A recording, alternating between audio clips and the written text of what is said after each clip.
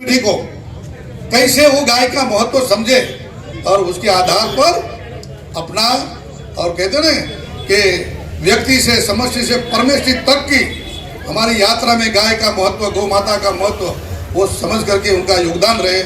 इसीलिए राष्ट्रीय कामधेनु आयोग का गठन, और उसके आधार पर हमने जो सोचा कि गाय आज रास्ते पर घूमती है, हम सब दुखी हैं, वो किसान छोड़ देता है, कहीं ना कहीं गौ हत्या हो रही है, तो उनका उकेल क्या है, उपाय क्या है?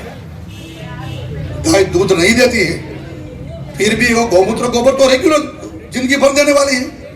और पंचगव्य का बात हमारे शास्त्रों में कहा है, और मैं तो बार बार ये कहता हूँ कि हमारे शास्त्र ने वो साइंस बुक्स है, साइंस की टेक्स्ट बुक है, साइंस के ग्रंथ है, ऐसा मान करके हम चलेंगे तो बहुत सा हम वर्तमान काल में उनकी उपयोगिता के आधार पर हमारी समाज व्यवस्था को बदल सकेंगे। और उस समाज व्यवस्था को बदलने में हमें जो प्रश्न आया कि वे स्प्रे कैटल गाय घूमती रहती है, उनका कैसे उपाय, तो उसमें से आप जैसे समझते गए, मैं छोटे से छोटे किसान से लेकर के गांव में और बड़े से बड़े साइंटिस्ट और बड़े से धर्मात्मा सबको मिला और सबके पास से जानता रहा कि क्या उपाय है।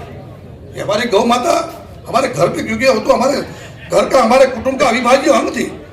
मैं भी छोटा सा गाय पालता था, अभी भी पालता हूँ, लेकिन पहले तो छोटे थे, तब तो किसान के बच्चे के नाम तक गाय की बहुत सेवा की, लेकिन गाय का विज्ञान नहीं समझे थे। हमारी आज़ादी के बाद भी हमारी जो शिक्षा प्रणाली मैकोले सिस्टम में चले गए, उनके कारण हम भूल गए।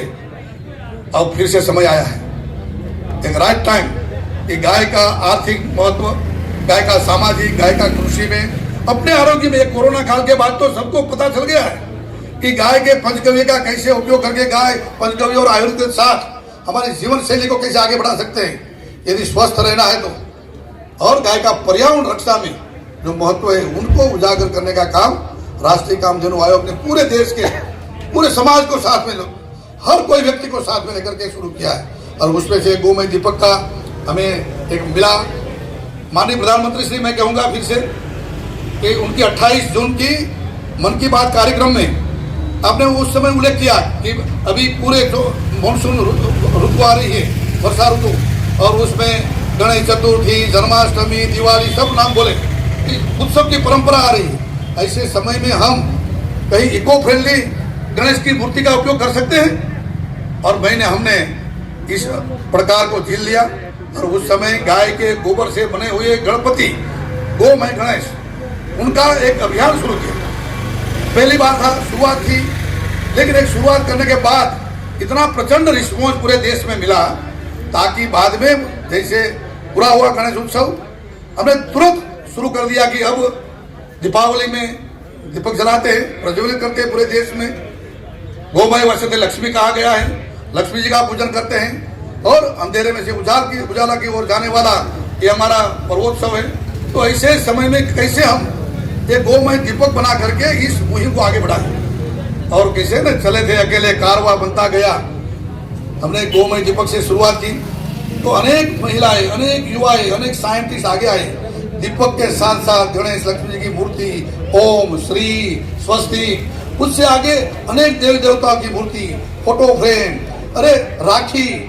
मैं बताऊं, फिर से आपको कहूंगा, एक बहन का थोड़े समय पहले मुझे एक वीडियो आया है, हमने पूरे देश का जो दौरा किया वेबिनार के माध्यम से, तो तमिलनाडु की एक महिला का वीडियो आया है। उन्होंने, वो महिला बोलती है कि मैं जब रक्षाबंधन के समय गोमय से, गाय के गोबर से राखी बनाई, तो 1 किलो गोबर से, सुनिए मेरी बात, 1 किलो गोबर से वो महिला कहती है कि मैंने 2000 रुपये कमाई केवल राखी बना करके। यानी कि गोबर में से राखी, और राखी के साथ उन्होंने धागा बांध दिया, और उन्होंने, वो महिला ने 1 लाख राखी समाज के बीच में बेची।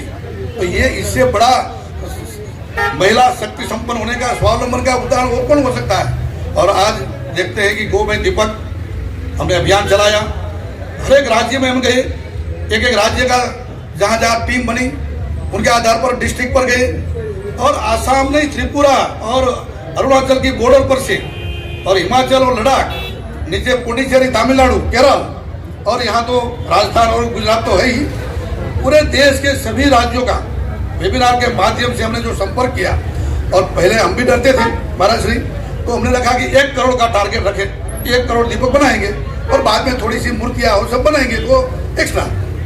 लेकिन जैसे मैंने बोला ना कि मुहिम आगे बढ़ते गई और जो रिस्पॉन्स मिला तो हमने 5 करोड़ का टारगेट किया और स्टेट वाइज हम मीटिंग करते रहे तो कोई ने कहा नहीं हम 2 करोड़ बनाएंगे दिए, कोई कहते हैं हम 3 करोड़ बनाएंगे, कोई कहते हैं हम 1 करोड़ बनाएंगे। तो टारगेट तो हमारा वैसे ही 11 करोड़ हो गए तो और आधे राज्य तो बाकी थे।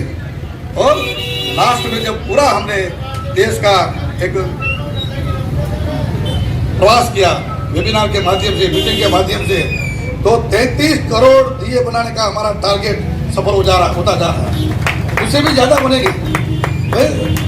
मैं रियली इतना भावुक हो जाता हूँ, कहाँ से छोटे छोटे गांवों से महिलाएं अपना छोटा वीडियो बना करके भेजती है। और ये दीपक के लिए आपने भाई साहब वंशु जी जो मशीन बनाए हैं ना, तो हमारे पास न मोल्ड था न मशीन था, लेकिन महिलाएं युवा आगे आए और अपने अपने जो कोठासूज बोलते हैं विजडम हमारा, उनके आधार पर नए नए मोल्ड बना लिए, नए नए मशीन बना लिए, पल्वराइजर बना लिए।